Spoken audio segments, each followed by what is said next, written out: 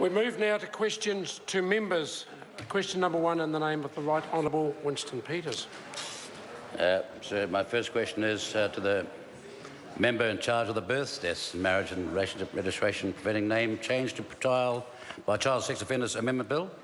Why did he draft the Births, Deaths, Marriage and Relationship Registration Preventing Name Change by Child Sex Offenders Amendment Bill? Dr. Jian Yang. I believe it is necessary to better protect our children from child sex offenders. However, I did not originally draft the bill. Supplementary question. Yes. The Right Honourable Winston Peters. What was behind his decision to introduce a limited bill to protect children from paedophiles, and will he support amendments at Select Committee to capture paedophiles hiding behind name suppression? If not, why not?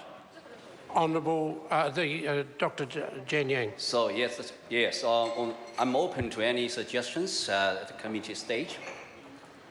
Question number 2, Right Honourable Winston Peters. What problem does the Birth, Deaths, Marriage and Relationship Registration Preventing Name Change by Child Sex Offenders Amendment Bill seek to address? Dr. Jian Yang.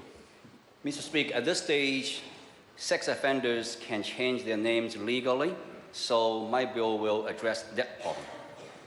Supplementary question. Right Honourable Winston Peters. Does he believe this could be beneficial for the people of my electorate who are concerned they might have a paedophile hiding amongst them? I believe... Order, insofar as the member can answer the question but certainly not refer to any specific case he may be aware of. Mr. Speaker, the bill is trying to protect the environment for all children, so it applies to all over New Zealand. Supplementary question. Question number 3, yes. Right Honourable Winston. What are the main objectives of the Birth, Deaths, Marriages and Relationship Registration Preventing Name Change by Child Sex Offenders Amendment Bill? Dr. Jian Yang. The main objective